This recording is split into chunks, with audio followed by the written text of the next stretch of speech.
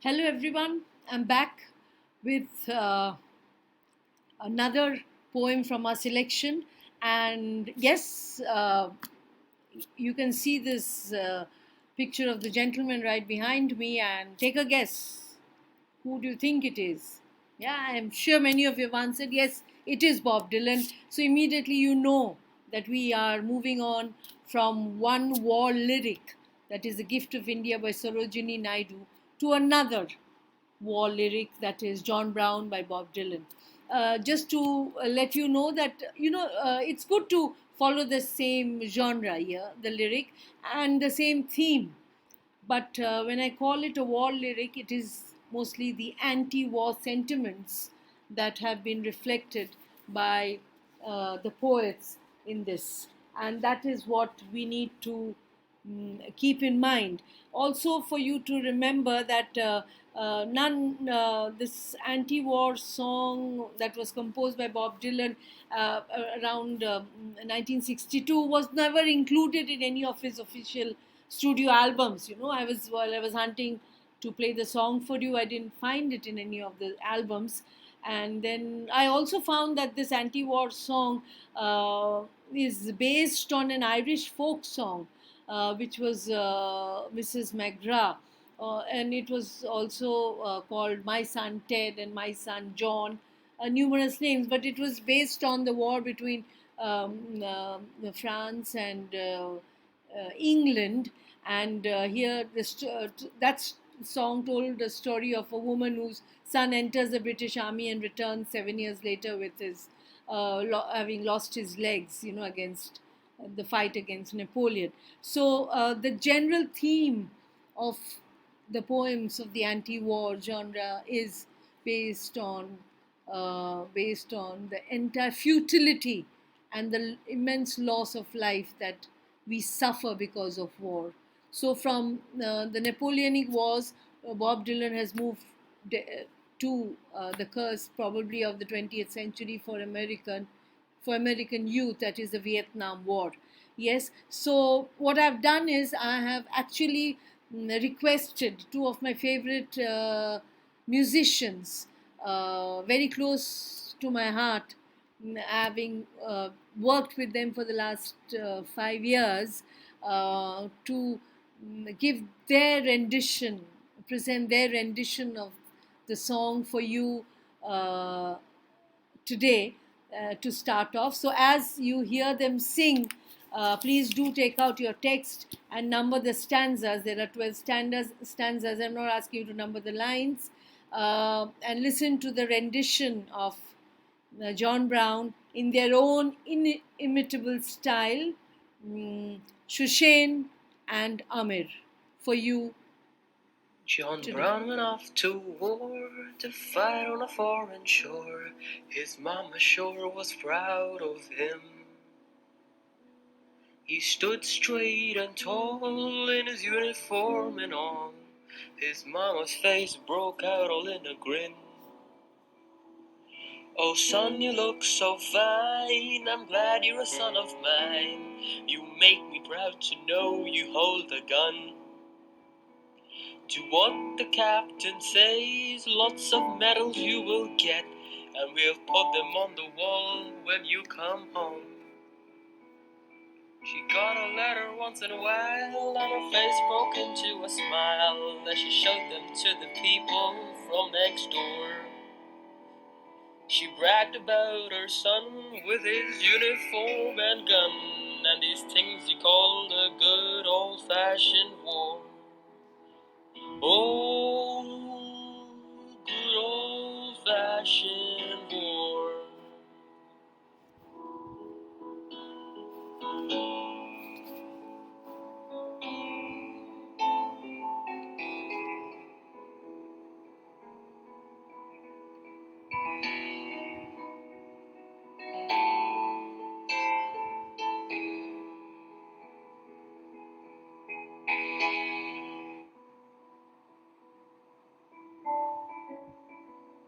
Then the letters ceased to come, for a long time did not come. They ceased to come for about 10 months or more. Then a letter finally came saying, go down and meet the train. Your sons are coming home from the war.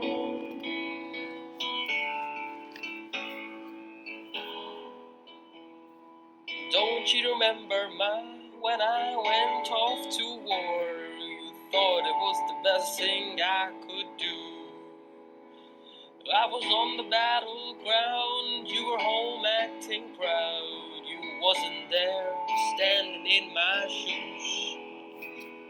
Oh, and I thought when I was there, God, what am I doing here? Am I trying to kill somebody or die trying? But the thing that scared me most was when my enemy came close and I saw that his face looked just like mine. Oh Lord, just like mine.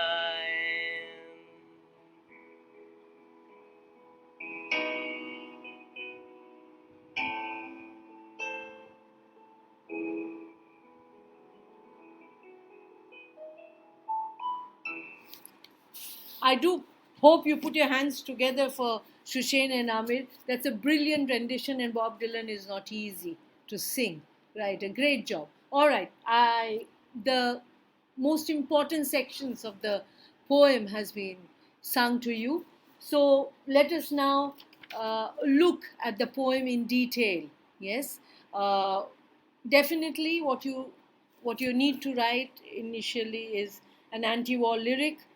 uh, the characters, the mother and son. The mother, who, for her, it's a sense of pride to see her son go to fight a war, and the son, who begins his journey with that pride, comes back probably uh, with regret. So you have the emotions of pride, you have the emotions of pride coupled with heroism. Then you have the suffering, hopelessness, and the regret. Yes. So these are the emotions that have been highlighted by by Bob Dylan in this poem, John Brown. Now, immediately the question: who is John Brown? Yes. Suppose I ask you. I mean, do we know anybody, John Brown? Yes. It's like Tom, Dick, and Harry. John Brown. Yes, of course. There was a great American hero by the name of John Brown. He was part of the anti-slavery movement, an abolitionist. And you've heard the song John Brown's body lies smoldering in the grave while his soul goes marching on. That's a different context altogether. Please do not get mixed up with that. That's different. Here, John Brown stands for every unsung soldier hero. Young boys who've gone forward, call of duty, egged on by their mothers, who were proud that they were mothers of sons who had gone to fight for their country, for as far off as Vietnam. It's mostly the Vietnam War. Yes. So this that is the thought that will you must keep in mind. And anti-war lyric, the themes of pride, heroism, suffering, hopelessness, and of course the intense regret. If you see the first stanza, John Brown went off to war to fight on a foreign shore, the immediate reference to Vietnam. His mama sure was proud of him. He stood straight and tall in his uniform, and all his mama's face broke out all in a grin. So, in the first stanza, what do we have? You have the beginning of uh, the story of John Brown, a soldier, in from a small town in America, where he's going off to fight a war. mm, uh, and we know the setting there is probably Vietnam. Yes. And what is the most powerful emotion here? The sense of pride. The sense of pride by for the mother, because her son is going to fight a war, and he's looking so smart. He stood straight and tall in his uniform. As soon as a person wears a uniform, it's a different sense of pride that enters into the mother's heart. I mean, he's standing tall. There's a sense of purpose behind wearing an uniform. Yes. And again, straight, tall, and the sense of pride, everything tied together. And the smile here is, of course, how the positive note that the poem begins. And she's wishing him farewell with a smile because he's going off. He went off to war, remember? He's going off to fight the war. That's stanza 1 for you. Stanza 2. Oh, son, you look so fine. I'm glad you are a son of mine. Yes. Again, the sense of pride. Yes. It's within quotes, so she's talking to her son. Yes. And you look so smart in your uniform. It fills me with so much of pride, and I'm so grateful that you are my son. Yes. And you've made me proud because you've joined the army. Yes. And you're going to fight for your country. Yes. And this pride, and it's been highlighted here, the sense of pride. You make me proud to know you hold a gun. Again, the gun, a symbol, a natural extension of the hand for a soldier, the gun. Do what the captain says. Lots of medals you will get, and we'll put them on the wall when you come home. So what is the sense of pride about? Achievement. So the pride here is linked to achievement. You follow orders, you fight your battles, you win medals, and we shall live happily ever after. This is probably, you're going to sit and be your cynical self and think, oh, she's such a fool. But remember, it's a small town. Yes, mother doesn't know the ramifications of war like many of us do. So for her, it's like going on the sports field. So many events taking place. Win medals, follow instructions, and we'll display the medals when you come back home. Because the medals will talk about your achievements. And that is what she's thinking about. Probably this entire war is like a game, a sport that one plays, yes? So let's not condemn her uh, for her absolute ignorance. We must remember that we are talking about a simple mother, a homemaker in a small town. Yes, and for her, her pride is her son, and that her son is now in uniform. He's distinguished. He's different from the others, and he's going off to war, and that is all that she is. And for her, war means medals, achievements, and pride. That's all. Move to stanza 3. As that old train pulled out, John's ma began to shout, telling everyone in the neighborhood, that's my son that's about to go. He's a soldier now, you know. The pride continues. Yes, the pride continues for mother. And she's there shouting farewell to him, and she's at the station. It's an old train, one of those, like they have brought in a train that's lying in the yard to take the soldiers to the front. Yes, um, probably a different image here of not much of hope that the mother is trying to generate. Yes, the old train pulling out. That's my son that's about to go. But in contrast to the old train is the newfound joy of the mother. Yes, when she says that, she's declaring to the whole world, she wants everybody to see that it is her son who is going to fight. She made well sure her neighbors understood. Simple lady, a sense of pride. I want everybody to know, share this proud moment with everybody around. That is for you, stanza 3. And remember, her belief is it's a war that he's going to fight for his country. It is a cause that one needs to take up as a citizen of one's country. Remember, like the mothers from the Gift of India, it's a sense of duty, so our sons go to fight. Here, the same sense of duty. But here, the pride of the mother is highlighted to a greater degree, right? We move to stanza 4. She got a letter once in a while. The son is already where he's supposed to be, battlefront. She got a letter once in a while, and her face broke into a smile. Pleasure, having heard from her son, because after all, there is this sense of loss. He's far away. and the mother is back at home. So the letter is the only means of bonding between the two. And she showed them the way she told everybody about her son leaving. She showed them the letter to the people from next door. She bragged about her son. The sense of bragging here is not negative, it is again the sense of pride. See, my son is a soldier. He is gone to serve the army. He's gone to serve his country, right?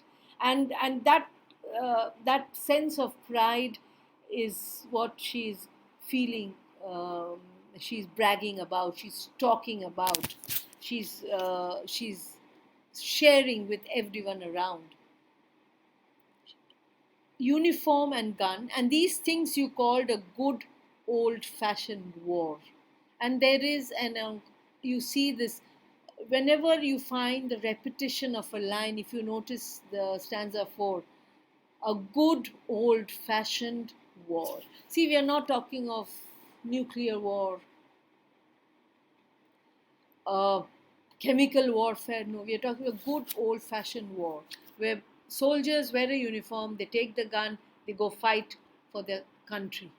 Yes, they face soldiers who also have guns and they fight for the country. It's a good old-fashioned war that we have read about through the ages. People have been fighting wars for survival, for expansion, yes, for greed in some cases, right? So it's a good old fashioned war, uniform, guns, and a young soldier, right? But the sense of good old fashioned war, uh, there is an oxymoron here. You don't associate good with war. There is nothing good about a war, but it is for the mother. If you see it from the mother's point of view, it is just a simple war. People go to fight, you win it, you come back, then you hang the medals on the mantelpiece and feel proud about your achievements, right? So that is what, again, what is the reality for the mother, not the reality that we know as. This war is not like any simple little sport or experiment that takes place around us. Yes. Fifth, stanza 5. Then the letters ceased to come. For a long time they did not come. They ceased to come for about 10 months or more. That's telling a lot. What will be the immediate concern? 10 months, no letter? We can't imagine in this day of connectivity that we have. There, we are talking of as an early part of the 20th century. We used to wait for the letters that soldiers out there would write home, telling them about how life was. For 10 months, no letter. What's the first thought that comes? Something has gone wrong, yes. But you see, the sense of worry is not what Bob Dylan displays here. Because for the mother, it is all very positive, the war is. So she does not have any doubts about anything, that anything can go wrong with her son, or anything has gone wrong with her son. So we are just told, the audience is just told, that for 10 months or more, there was no letter. Yes. So the mother probably justified it by saying they are in a place where there is no scope for correspondence. He's out there right in the battlefront, yes. Uh, and the days passed by. Then a letter finally came saying, "Go down and meet the train. Your sons are coming home from the war." Probably then finally the news that the mother has been waiting for, that the war for your son is over. She doesn't know that. We are we say that. For her, probably the war is over because the son is coming back and she should go down and meet him at the train, right? That's stanza 5 for you. We move to stanza 6. She smiled and went right down. She doesn't understand. For her, it is a simple war, a simple sport. Her son has gone to fight and win medals and come back. She smiled and went right down. She looked everywhere around at the station, remember? but she could not see her soldier's son in sight. I mean, she was looking all around, looking everywhere, running up and down the platform. She couldn't see her son. But as all the people passed, she saw her son at last. When she did, she could hardly believe her eyes. And as all the people walked past her, she was looking at people walking past her. She couldn't see her son. But as those people the line was over, people have moved away from a distance, she saw her son. And what she saw, the sight, was something that she could not believe. She could not trust what she was seeing, because that was not the sight that she was expecting to see. Yes. It was something which was painfully unbelievable. Stanza 6 is that. We move on to stanza 7. Now the description of, remember, in the beginning, stood straight and tall.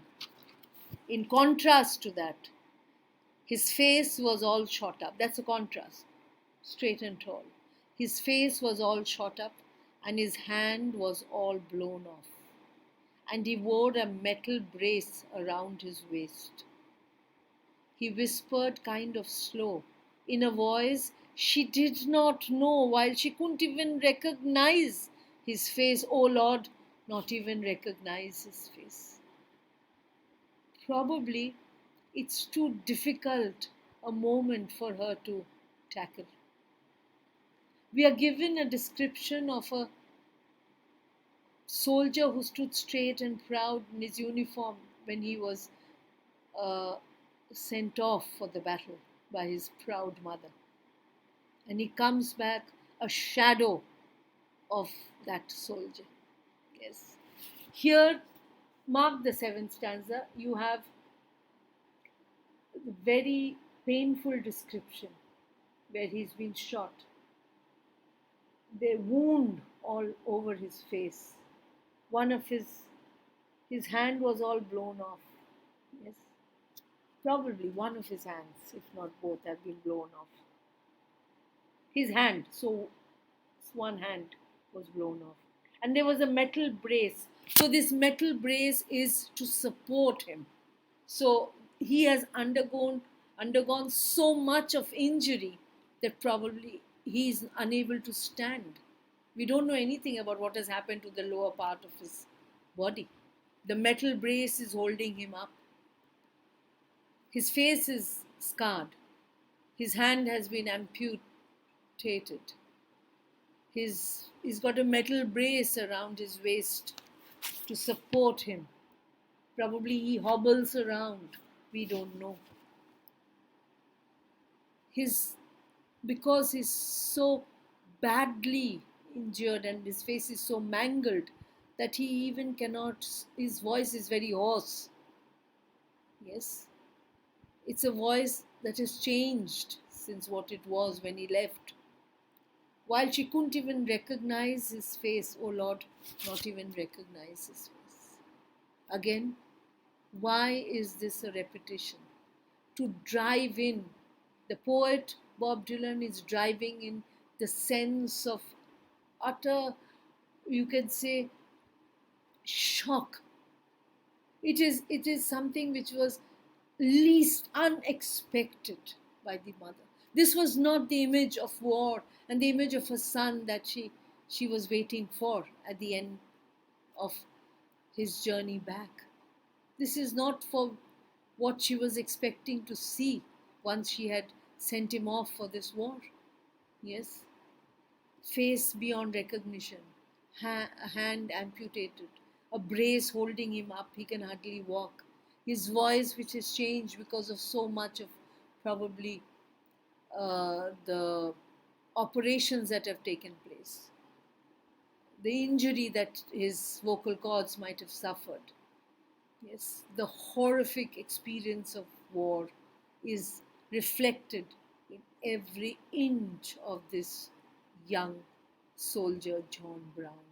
Yes, and there is so much of change that has taken place that his mother is cannot recognize. And that's why reiterating, it comes like a line which is, again, the sense of pain is so heightened that the poet has reiterated this line. It comes like an encore. Oh Lord, not even recognize his face.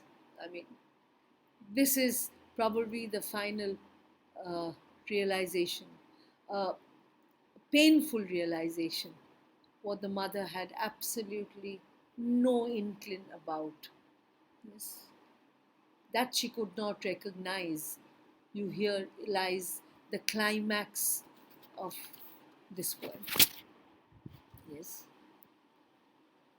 Then immediately, oh, tell me, my darling son, pray tell me what they've done. How is it you come to be this way? What has happened? Tell me. I mean, this is not what I thought, but tell me what has happened. Utter sense of disbelief, this shock, the agony on the face of her son is something that she just cannot accept. And what happened? She wants to know what happened. There is shock. There is also a sense of concern. It's my son. So how is it you come to be this way? What happened to you? He tried his best to talk, but his mouth could hardly move. So you see, he was so badly injured. His jawline might have been broken. His vocal cords might have been injured. And the mother had to turn her face away. Why do you think she turns her face away? It's a sight that she just cannot accept. It must be, for her, this it's like she was going up a mountain, climbing up, reaching the very pinnacle of, to see her son's achievement, the medals, and from there she comes crashing down to see a shadow of this young son of hers who can hardly speak. And to see the pain is not something that she's able to bear to look at. Yes. I mean, she cannot break down. Probably she wants to, but the pain itself is so much. When there's too much of pain, probably you don't even know what to do. Yes. Probably the tears don't come out because the sense of shock is so strong, right? Stanza 9. Don't you remember, Ma, when I went off to war? You thought it was the best thing I could do. Yes. Now, here, probably you will find from pride, heroism, this utter a sense of regret coming in. Do you feel there is a sense of condemnation? Is the son condemning the mother? I think not. Though you feel, don't you remember, Ma, when I went off, you thought it was the best thing I could do? You thought that was the best thing, right? You thought. And that's why I don't say it's condemning.